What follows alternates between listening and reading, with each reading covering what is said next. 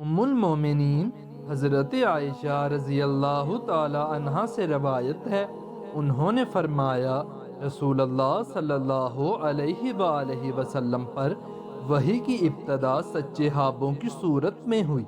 آپ جو کچھ خواب میں دیکھتے وہ سپیدہ صبح کی طرح نمودار ہو جاتا، پھر آپ کو تنہائی محبوب ہو گئی، چنانچہ آپ غار حرا میں خلوت اختیار فرماتے اور کئی رات گھر تشریف لائے بغیر مصروف عبادت رہتے۔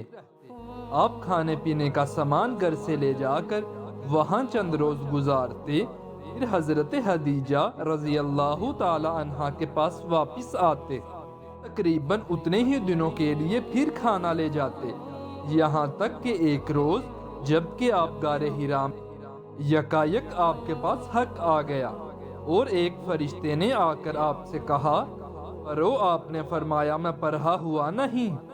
آپ کا اس پر فرشتے نے مجھے پکڑ کر خوب بھینچا، یہاں تک کہ میری قوت برداشت جواب دینے لگی۔ پھر اس نے مجھے چھوڑ دیا اور کہا پڑھو۔ میں نے کہا میں تو پڑھا ہوا نہیں ہوں۔ اس نے دوبارہ مجھے پکڑ کر دبوچا، یہاں تک کہ میری قوت برداشت جواب، پھر چھوڑ کر کہا پڑھو۔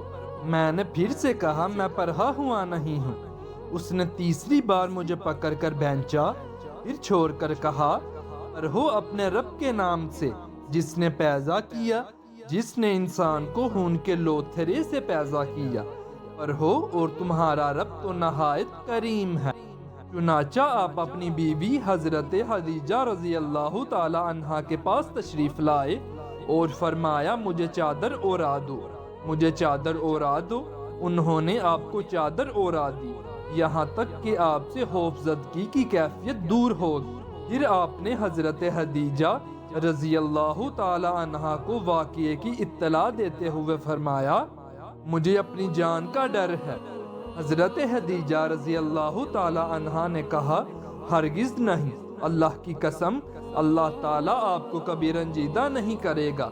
آپ صلہ رحمی کرتے ہیں، درماندوں کا بوجھ اٹھاتے ہیں، فقیروں اور محتاجوں کو کما کر دیتے ہیں، مہمانوں کی میزبانی کرتے ہیں اور حق کے سلسلے میں پیش آنے والے مصائب میں مدد کرتے ہیں۔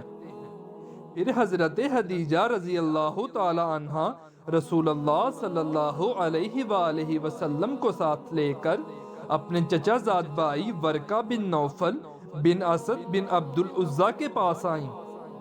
ورقہ دور جہالت میں عیسائی ہو گئے اور عبرانی زبان بھی لکھنا جانتے تھے۔ عبرانی زبان میں حسب توفیق الہی انجیل لکھتے تھے۔ اس وقت بہت بوڑھے اور نابینا ہو چکے تھے۔ ان سے حضرت خدیجہ رضی اللہ تعالی عنہا نے کہا، بھائی جان، اپنے بھتیجے کی بات سنیں۔ ورقہ نے پوچھا، بھتیجے کیا دیکھتے ہو؟ رسول اللہ صلی اللہ علیہ وآلہ وسلم نے جو کچھ دیکھا تھا بیان فرما دیا۔ پر ورقہ نے آپ سے کہا، یہ تو وہی ناموس، وہی لانے والا فرشتہ ہے جسے اللہ تعالیٰ نے حضرت موسیٰ علیہ السلام پر نازل فرمایا تھا۔ کاش میں آپ کے زمانہ نبوت میں توانا ہوتا، کاش میں اس وقت تک زندہ رہوں جب آپ کی قوم آپ کو نکال دے گی۔ رسول اللہ صلی اللہ علیہ وآلہ وسلم نے فرمایا، اچھا تو وہ لوگ مجھے نکال دیں گے؟ ورقہ نے کہا، ہاں، جب بھی کوئی آدمی اس طرح کا پیغام لایا جیسا آپ لائے ہیں اس سے ضرور دشمنی۔ آپ کا زمانہ مجھے نصیب ہوا تو آپ کی بھرپور مدد کروں گا۔ اس کے بعد ورقہ جلد ہی فوت ہو گئے اور وہی رک گئی۔ حضرت جابر بن عبداللہ انصاری رضی اللہ تعالی عنہ سے روایت ہے، انہوں نے رسول اللہ صلی اللہ علیہ وآلہ وسلم کی زبانی بندش وحی کا واقعہ سنا۔